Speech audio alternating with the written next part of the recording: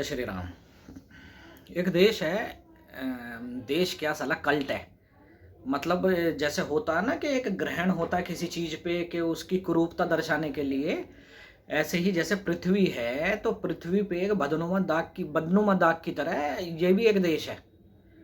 वो अलग बात है कि ये हमसे कट के ही बना है। कोई इसे पाकिस्तान कहता है, कोई भिखारिस्तान कहता है, कोई इसे आतंकिस्तान कहता है। इसे सालों को किसी भी नाम से ले लो, ये साले किसी दिन में नहीं, आज इनके हालात जितने वो हैं। पर होता ना कि कुछ लोगों का कि हालात आपके कैसे भी हों, साली सलामी तोप से ही देनी है। इन सालों का भी यही हाल है। नवाज शरीफ अपने हेलीकॉप्टर से उतर के 20 मीटर के लिए भी साले रेड कारपेट बिछा रहे हैं ये नवाज शरीफ के लिए, कि हाँ उसे हेलीकॉप्टर से उतर के उसके जूतों पर मिट्टी ना लग जाए। वहां तक के लिए मुश्किल से 20 मीटर दूर गाड़ी खड़ी है, वहां तक के लिए इन्हीं की लड़की मरियम शरीफ पौधारोपण, जिसे प्लांटेशन कहते हैं, कि वो पौधा लगा रही है मीडिया के सामने। तो जहां तक पौधा लगा रही है सालों ना, वहां तक भी इस पर रेड कारपेट बिछा रखा है। अरे तो भाई इतनी एक्टिंग करी क्यों रही हो? तुम्हें कहीं कौन रहा है? तुम तो वैसे ही यार पौधा लगा किस लिए रहे हो? फल फ्रूट तुम्हें खाने नहीं, कुछ नहीं। खजूर खाने हैं, खजूर अरब से आ जाते हैं। खाने तुम्हें साले, खैर गधे भी नहीं खाने, गधे तुम्हें बेचने हैं। परेशानी तो इतनी है बेचारों के साथ। कनाडा में एक्स मिलिट्री हाउसिंग सोसाइटी है। जो ये एक्स मिलिट्री मैन हैं पाकिस्तान के, ये साले सोसाइटी बनाते हैं, वहां पे फ्लैट बेचते हैं। ये तो इनकी हरामखोरी है। एक रुअते उल हिलाल एक कमेटी इन्होंने बना रखी है जिसमें 3,500 कर्मचारी हैं। और आप हंसेंगे कि उस कमेटी का काम क्या है। रमजान के महीने में चांद किस समय निकलता है, किस समय डूबता है, जो भी है चांद की पोजीशन बताने के लिए, उसके लिए भी 3,500 कर्मचारी हैं।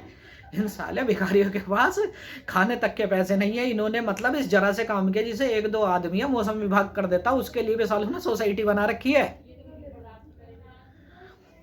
इनकी आर्मी एक वो है, फौजी फ्रेश एंड फ्रीज लिमिटेड मटर।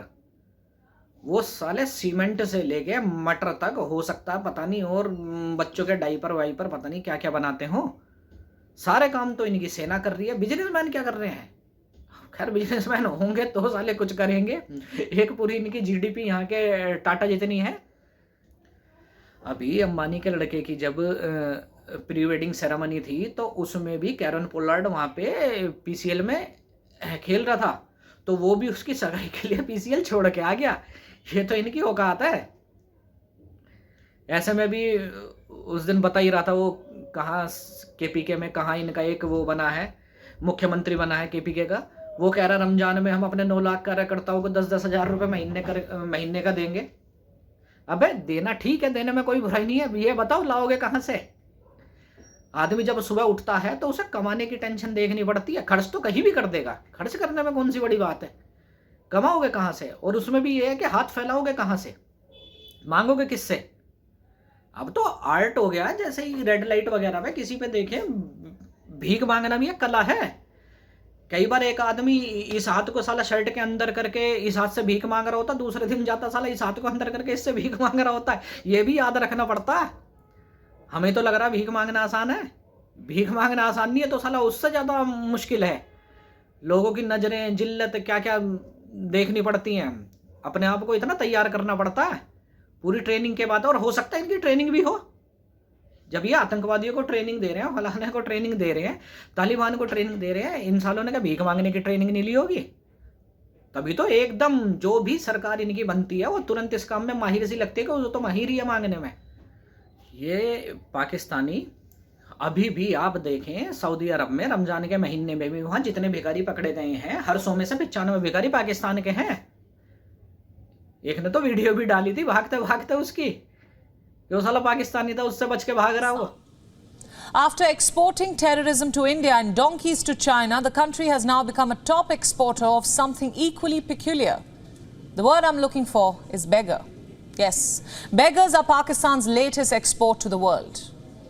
According to a report by The Dawn, 90% of beggars arrested abroad are of Pakistani origin.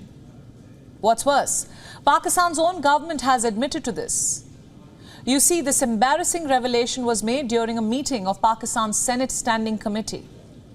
During a discussion on the issue of skilled and unskilled labor in the country, Pakistan's Overseas Secretary revealed that 9 in 10 beggars arrested abroad, or at least in some countries, happen to be Pakistanis. और इनकी हरामखोरी ये नहीं कि आप अपने ही देश में, ये साले हरामखोर जहाँ जा रहे हैं, इनकी हरामखोरी से नहीं बच रहा। हाँ, इनका जो ताज़ा टारगेट है वो तो इस समय ब्रिटेन ही है, इंग्लैंड ही है। अभी भी वहाँ पे किंग क्रॉस स्टेशन पे जो साइन बोर्ड होता है जहाँ पे डिजिटल उनके टाइमिंग वगैरह आती है, उस पर भी हदीस लिखी हुई है, और हदीस में भी ये लिखा हुआ है कि मुसलमानों को छोड़ के जितने भी मखलूक हैं साले शैतान है। बताओ, अंग्रेजों के देश में उन पे ये लिख रहे हैं। ये इन सालों का कुछ भी शर्म नहीं है। अभी पता नहीं कौन सी वहाँ पे 500 साल 600 साल पुरानी चर्च थी जिस पे ब्रिटेन का झंडा लहराता था, उस पे भी सालों ने झंडा हटा के पाकिस्तान का झंडा लहरा रहे हैं। और हद की तो बात ये है कि ये ब्रिटेन वालों को पता नहीं दिख रहा है, कुछ आवाजें उठनी तो शुरू हुई हैं, पर कितनी। जो इनका ग्रूमिंग गैंग था पाकिस्तान के, कि वहाँ की लड़कियों को बहला फुसला के उनको ब्लैकमेल करने के, उसके भी 5000 से ज़्यादा केस हैं जो रजिस्टर्ड हैं। उस पर भी ये भी हरामखोर इतने वो हैं, जैसे यहाँ पे चलता है ना कि वो इन सरकार प्राथमिकता देती है इनको, इसी तरह वो भी इनको प्राथमिकता दे रहे हैं, इन पे केस वो नहीं कर रहे। वहाँ की सरकार भी अपनी कब्र खोदने में कोई कमी नहीं छोड़ रही है ब्रिटेन की। सऊदी अरब डकारते हैं। अरे भाई, सऊदी अरब तुम्हें तो कुछ मांगता हो, तुम्हें तो भी तो कुछ समझता हो। 5 पाकिस्तानी टांग दिया सऊदी अरब ने, क्या कर पाए तुम? यहाँ तो बड़ी उंगलियां उठी थी भारत पे, के भारत के जितने भी थे वो नेवी ऑफिसर जो थे कि उन्हें कतर ने मौत की सजा दे दी। ऐसे लगा कि बिल्कुल इससे बड़ा साला कोई फेलियर ही नहीं है। आ गए वापस, एक शायद रह गए थे, वो भी आने में ही होंगे, नहीं तो आ जाएंगे। सजा माफ करना तो दूर, वो वापस भी आ गए हैं। भाई, इन सालों को शर्म नहीं आ रही? जैद हामिद, वो लाल टोपी जो टीवी पे बैठ के इतनी बड़ी बड़ी बातें करता, उसने एक सही सलाह दे दी है इनको। इन्हें बहुत बढ़िया सलाह दी है इनकी गरीबी दूर करने की, फकीरी दूर करने की, कि बेकना तो गधे मत बेको, अपने एटॉमिक बम बेको। $5-5 बिलियन में एक हम परमाणु बम बेच देंगे। अगर हमने 10 भी बेच दिए तो $50 बिलियन आ गए हमारे पास। पर बात ये है कि वो एटॉमिक बम चलेंगे हैं, बात बेचने में नहीं है। कहीं साले जंग खाए दे दो, बिल्कुल ही साले कूड़े काड़े में से उठा के उनको दे दो, चेप दो उनको माल। हमें ही लग रहा कि ये साले बिल्कुल निकम्मे हैं, पर इनकी सही परख हमने नहीं की। इनकी सही परख भी की है तो वो हमास लीडरों ने की है। अभी जो हमास लीडर ने कहा, उसे सुनने के बाद तो दुनिया की आंखें खुल जाएंगी पाकिस्तान की तरफ से। हमास के एक लीडर हैं इस्माइल हानिया, उन्होंने ये कहा है कि पाकिस्तान ने इजराइल को धमकी दी है कि अगर आपने गाजा वगैरह पे ये चीज़ें बंद नहीं करी तो हम कोई कदम उठाएंगे, या जैसे भी है इस तरह की कोई धमकी दी है पाकिस्तान ने इजराइल को। और जिस दिन से इजराइल को ये धमकी दी है, इजराइल डरा बैठा, कांपा बैठा, कांप गया है। तो इससे बड़ा मजाक होगा कोई? इनकी इतनी औकात है, इनकी तो खैर सालों की कैसी भी औकात नहीं है। पर ये इनके 50 फाइटर तो टर्की में मार दिए थे सीरियन अटैक में।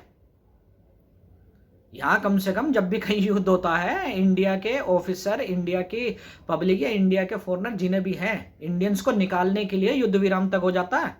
क्या हुआ नहीं था अभी तक? रशिया यूक्रेन वॉर में सबने देख लिया, इससे पहले भी कई बार हो गया।